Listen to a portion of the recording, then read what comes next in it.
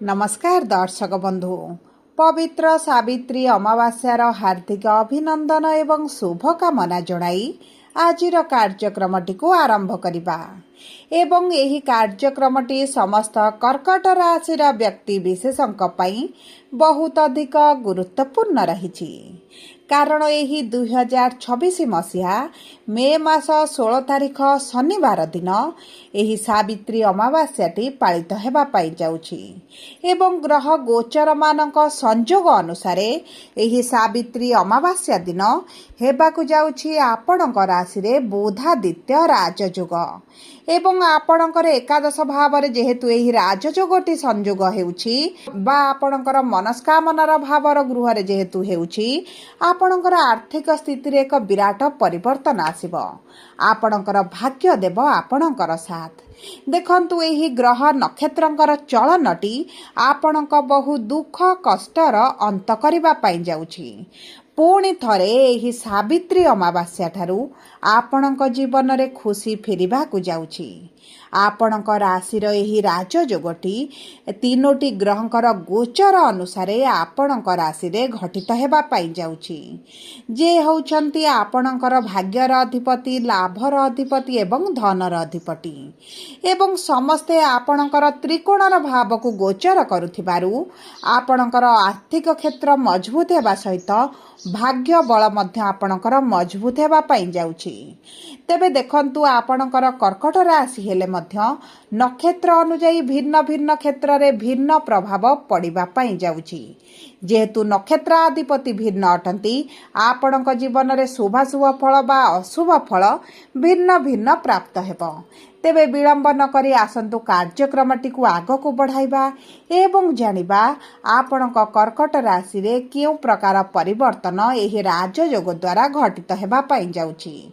किंतु भिडियोटी आरंभ करिबा पूर्वरु जदि आपणकर भी कर्कट राशि होइथाए एवं आपण भी ईश्वर को आंतरिक भक्ति एवं विश्वास करंती तेबे भिडियोटी को लाइक करंतु। कमेंट बॉक्स रे जय जगन्नाथ जय मां लक्ष्मी अवश्य लिखि दियंतु। ता सहित आम सह जोगाजोग करिबा पाई वीडियोर मध्य भाग रे एक व्हाट्सएप नंबर टी दिया जाइछि। जो नंबर साहाय्य आपण आम सह जोगाजोग करी निजर नूतन कुंडली प्रस्तुत करि परिबे, कुंडली विश्लेषण कराई परिबे किंबा आपणकर चाकरी, विवाह, व्यवसाय, प्रेम संपर्क, शिक्षा, स्वास्थ्य को नहीं किछि समस्या रहिछि ताहार सहजरे एवं स्वल्प मूल्य समाधान करि परिबे।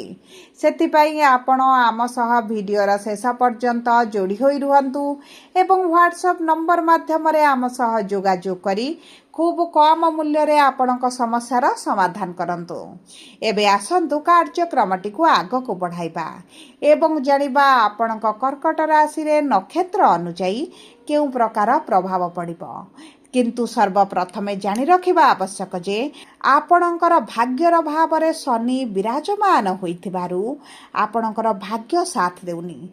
जेकोनोसी कार्य आपण आरंभ करूचंती ताहा आपणकर संपूर्ण होई पारुनी। विभिन्न प्रकार बाधा विघ्नर आपण सम्मुखीन हेउछंती। आर्थिक स्थिति खराब हेबा सहित ऋण करज मध्य आपणकर वृद्धि घटुची।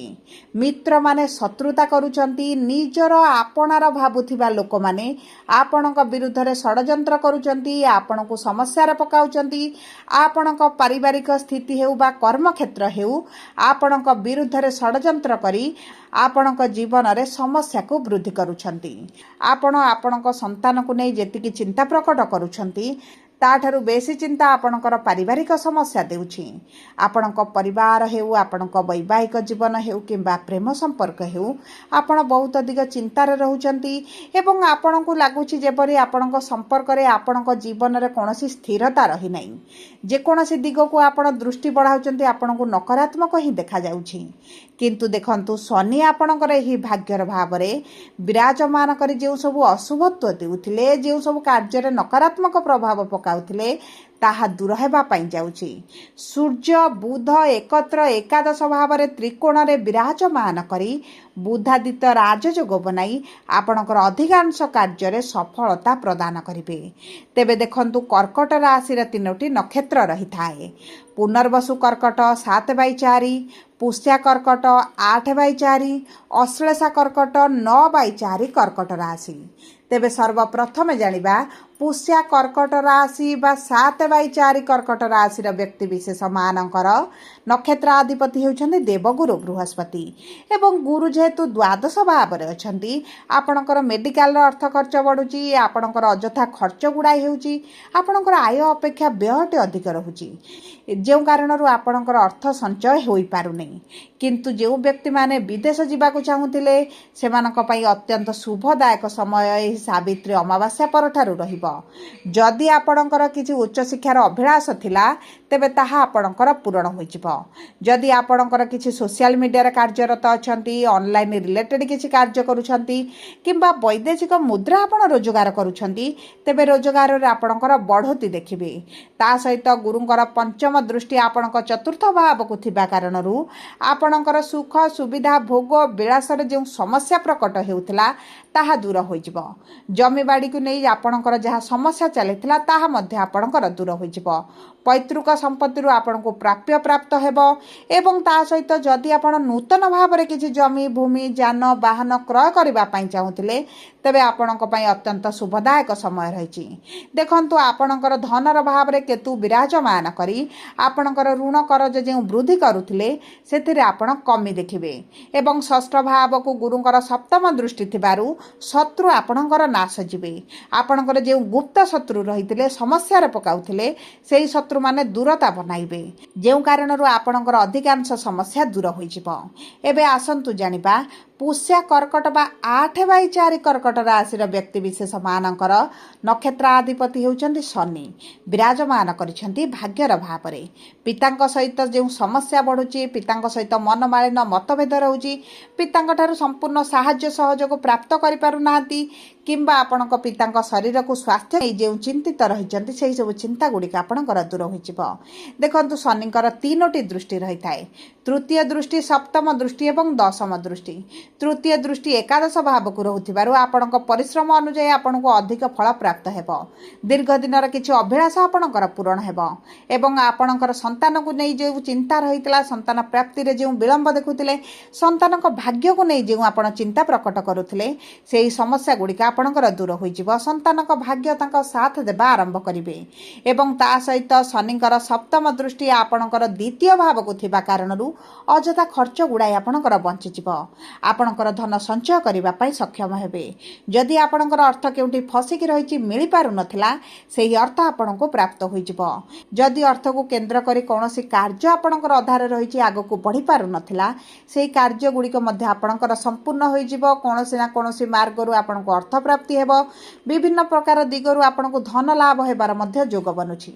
ଯେଉଁ ବ୍ୟକ୍ତିମାନେ ଚାକିରିର ସନ୍ଧାନରେ ରହିଥିଲେ, ବିଶେଷ ଭାବରେ ସରକାରୀ ଚାକିରି ପାଇଁ ଚେଷ୍ଟା କରୁଥିଲେ, ଅତି ଉତ୍ତମ ସମୟ ଆପଣଙ୍କ ପାଇଁ ଏହି ସାବିତ୍ରୀ ଅମାବାସ୍ୟା ପରଠାରୁ ରହୁଛି।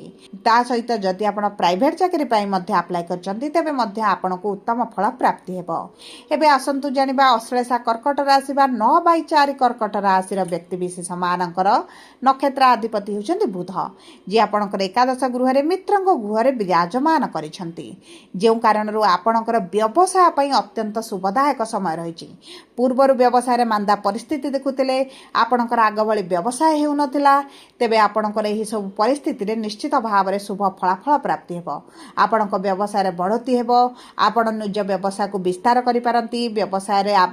ବ୍ୟବସାୟରେ ଯଦି ପୂର୍ବରୁ କୌଣସି ସମସ୍ୟା ଚାଲିଥିଲା, ତାହା ଦୂର ହୋଇଯିବ। କୋର୍ଟ କଚେରୀ କେସ୍ ମାମଲା ମଧ୍ୟ ଆପଣଙ୍କର ତୁଟି ଯାଇପାରେ। ଏବଂ ଆପଣଙ୍କ ଉପରେ ଯଦି ମିଥ୍ୟା ଆରୋପ ଲାଗିଛି, ତାହା ଆପଣଙ୍କର ଦୂର ହୋଇଯିବ। ଆପଣ ସେହିସବୁ ନକାରାତ୍ମକ ବା ବିପରୀତ ପରିସ୍ଥିତିରୁ ଆପଣ ବାହାରିବା ପାଇଁ ଯାଉଛନ୍ତି। ଯେଉଁ ବ୍ୟକ୍ତିମାନେ जोमानकर विवाह विलंब होता विवाह हो पार नाला आपणकर बह हो जदि आप प्रेम संपर्क अच्छी तेरे प्रेम बह अत्यंत शुभदायक समय रही आपण जीवन साथी जीवन में जदि किसी समस्या चली क्यारियर उत्थान पतन चली तेरे से निश्चित भाव में शुभ फल प्राप्ति करेंगे किंतु आपण स्वास्थ्य को टिके जगिबा को पड़िबो खाद्य पानीय उपर आपनको नियंत्रण रखा पड़िबो खाद्य जनित समस्या किछिटा देखा दे पारे गुरु जेहेतु द्वादश भाव में अच्छा राहु अष्टम भाव में अच्छा चर्म जनित समस्या सहित पेट जनित समस्या मध्य किछि आपणकर देखा दे पारे सेति प्रति आपनको दृष्टि देबा को पड़िबो सबु परे अशुभत्व को दूर करी शुभाशुभ फल वृद्धि करबा पई आपण प्रत्येक दिन महादेवंकर पूजार्चना करबा सहित चंद्रमांकर मध्य बीज मंत्र पाठ करंतु एवं गरीब लोक माननकु शनिवार दिन कला रंगर किछि जिनिस दान करि दियंतु आपणक पई अत्यंत शुभदायक रहिबो सबु परे जदि आपणकर आर्थिक समस्या बढ़ी जाइछि श्री सूक्तम पाठ करंतु लक्ष्मीकर 10 नाम को जप करंतु एवं जदि आपणक पारिवारिक समस्या बढ़ी जाइछि संकट बढ़ी शत्रु बढ़ी तेबे आपण हनुमान अष्टक पाठ करंतु आपणक पई अत्यंत शुभदायक रहिबो जदि आपणकर कर्कट राशि होइथाय वीडियोटी किभଳି लागला कमेंट बॉक्स रे लिखि जणांतु जदि आपणक प्रियजनकर कर्कट राशि